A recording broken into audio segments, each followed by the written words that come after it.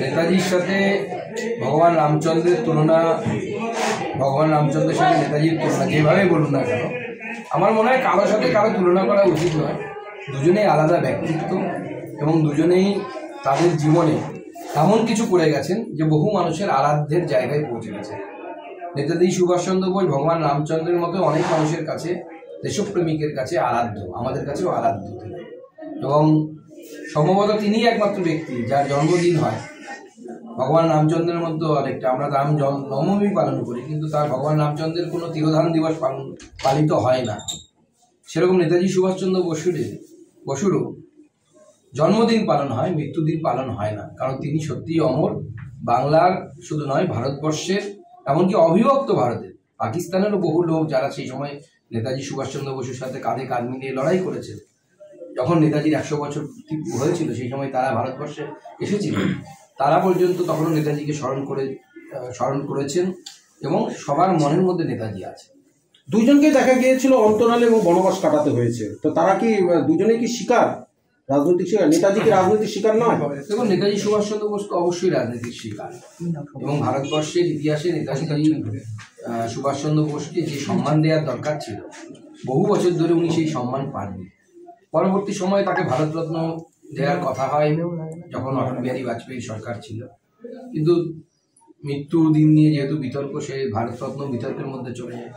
মাননীয় প্রধানমন্ত্রী পরবর্তী সময়ে দুটো দ্বীপের নাম, সেই সময় নেতাজি আন্দামানকে দখল করে ব্রিটিশদের হাত থেকে মুক্ত করে যে নাম দিয়েছিল স্বরাজ দ্বীপ এবং স্বাধীন দ্বীপ, মাননীয় প্রধানমন্ত্রী সরকারিভাবে নীল আইডাল এবং অন্য একটি আইল্যান্ডের নামকরণ সরকারিভাবে করে দিয়েছেন স্বরাজ দ্বীপ এবং স্বাধীন দ্বীপ হিসাবে।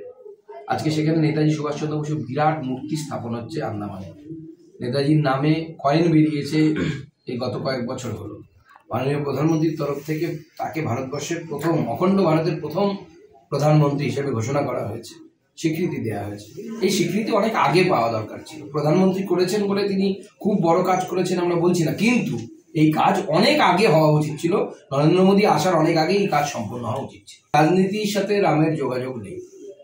রাম আমাদের সকলের আরাধ্য এবং এটা ঠিক যে যখন রাম মন্দির আন্দোলন হয়েছিল বিজেপি তাতে অংশগ্রহণ করেছিল, তা নিয়ে বিজেপির কোনো আক্ষেপও নেই এবং আমরা কোনো এক্সট্রা ক্রেডিটও দাবি করছি না।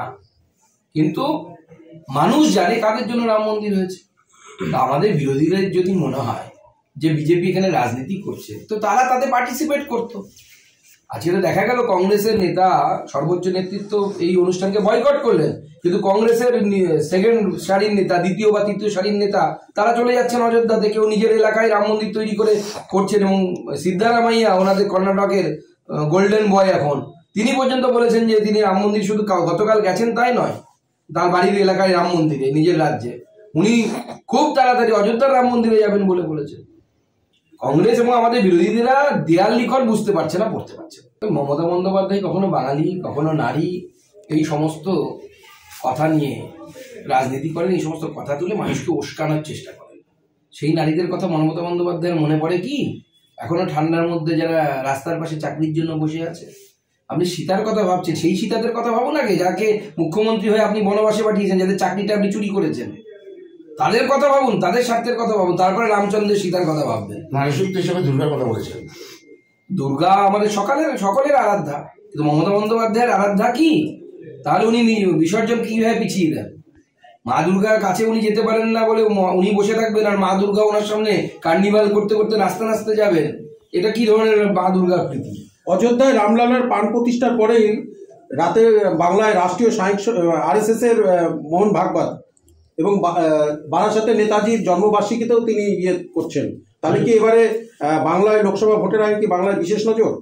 দেখুন, RSS একটি নন পলিটিক্যাল সোশ্যাল অর্গানাইজেশন এবং তাদের মুখপত্র আছে, তাদের সংঘ প্রধান, পূজনীয় সরসংঘ চালক কোথায় আসবেন না আসবেন কি বিষয় সেটা তারা বলতে পারবে।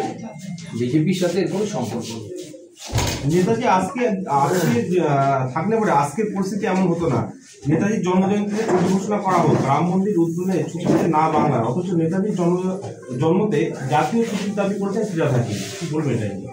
দেখুন, শুধু ফিরাদ হাকিম সাহেবকে মনে করিয়ে দিতে চাই যে নেতাজি সুভাষচন্দ্র বোস এক সময় কলকাতা কর্পোরেশনের মহানগরী ছিলেন আজকে ফিরাদ হাকিম সাহেবও সেই কলকাতা কর্পোরেশনের মহানাগরিক।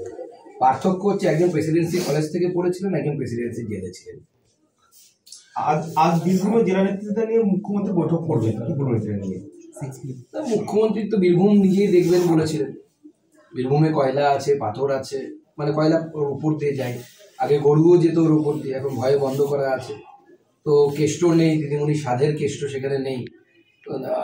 নেতাজির জন্মদিনের দিন, তো কেষ্টর মতো নেতা তাকে স্মরণ করছে না তো মুখ্যমন্ত্রী। নেতাজিকে নিয়ে ইন্ডি জোটে সব দলের ভণ্ডামি। 800 হচ্ছে এরকম কমিটি গঠন করা হবে বলে জানা গেছে, এবং সেখানে জেলা একাংশে কিন্তু বিভিন্ন অভিযোগ রয়েছে বিষয়টি। দেখুন, ওখানে এখন কেষ্টবিহীন বীরভূম এখন লড়াই চলছে দুই শেখের মধ্যে। একদিকে কাজল শেখ, একদিকে অন্য আর একজন শেখ। কোন শেখ যেতে দেখা যায়, কিন্তু এই শেখাশেখিতে তো জনগণের জীবন ওষ্ঠাগত হয়ে যাচ্ছে।